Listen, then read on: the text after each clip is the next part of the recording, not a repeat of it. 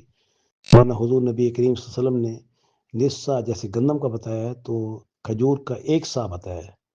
اب یہاں پھر یہ دو تقسیمیں ایسی آ گئی ہیں کہ 1 سا بنتا ہے 3 کلو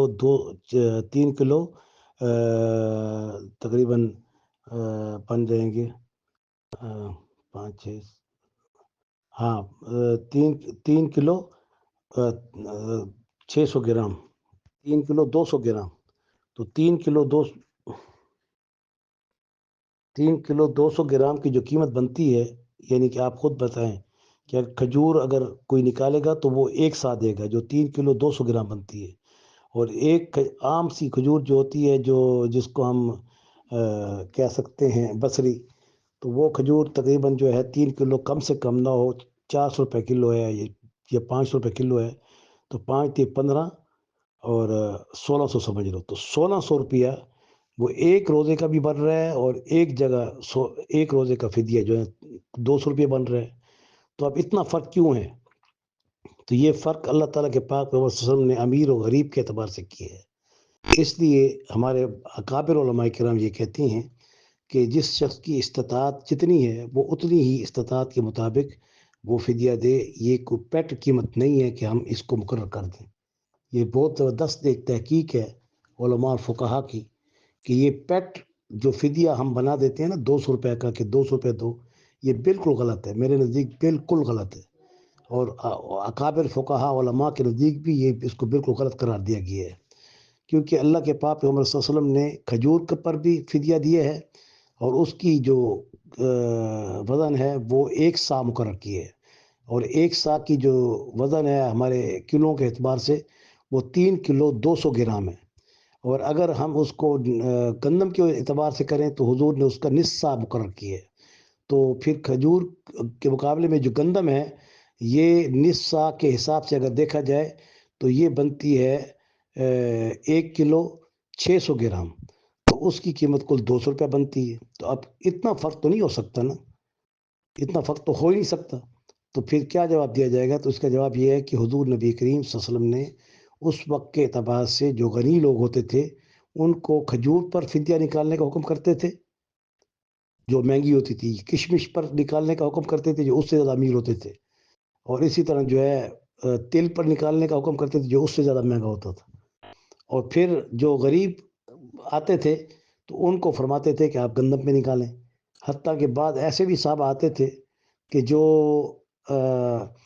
فدیہ نہیں دے سکتے تھے یا کفارہ ادا نہیں کر سکتے تھے، تو ان کے لیے انتظار کرتے تھے کہ کوئی کہیں سے کھجور آ جائے تو تمہیں دے دوں گا، تم اس کا فدیہ نکال لینا۔ تو ایک واقعہ بڑا مشہور ہے کہ جس میں حضور نے وہ ایک ٹوکرا آیا، تقریباً وہ بھی اتنا تھا جو 60 روزوں کا فدیہ تھا، تو ان کے حوالے کیا۔ جب ان کے حوالے کیا تو اس نے کہا یا رسول اللہ مجھ سے زیادہ غریب تو کوئی نہیں ہے مدینے میں، آپ نے فرمایا نا غریبوں میں جا کے تقسیم کر دی، یہ تیرے روزے کا کفارہ ہو جائے گا۔ تو اس نے کہا یا رسول اللہ مجھ سے زیادہ غریب ہی کوئی نہیں ہے۔ تو حضور نے کہا چل یہ اس طرح فدیہ بھی ادا ہو گیا اور اس کو تو اب کھا بھی تو۔ تو یہ تو تھا ان لوگوں کے لیے جو حضور نبی کریم صلی اللہ علیہ وسلم کے زمانے میں کیٹیگریز تھی، غریبوں کی، مسکینوں کی، فقیروں کی، محتاجوں کی، بیواؤں کی، تو اس کیٹیگری کے مطابق پھر اللہ کے پاک پیغمبر امیروں کے بھی درجے مقرر کرتے تھے اور ان کو ان کے مطابق خرچ کرنے کا کہتے تھے۔ تو میرے خیال میں ابھی یہی ہے کہ آپ 200 کو مضبوط نہ رکھیں ذہن میں، جو بھی جتنی حسب توفیق استطاعت ہے اس کے مطابق ہی فدیہ ادا کیا جائے، اور باقی جو آپ روزے رکھ رہے ہیں تو پھر ان کا تو فدیہ ہے ہی نہیں، اور جو روزے آپ بعد میں قضا کرنی ہے تو اس کا بھی فدیہ کوئی نہیں ہے، اور فدیہ ہمیشہ اس روزے کا ہوتا ہے جس روزے میں انسان کو دوبارہ روزے رکھنے کی طاقت نہ ہو۔ تو اللہ تعالیٰ سے دعا ہے کہ اللہ تعالیٰ ہم سب کو طاقت بخشے تاکہ ہم فدیہ کی بجائے حقیقتاً روزہ رکھ کر اپنے رب کو راضی کر سکیں۔ آمین ثم آمین۔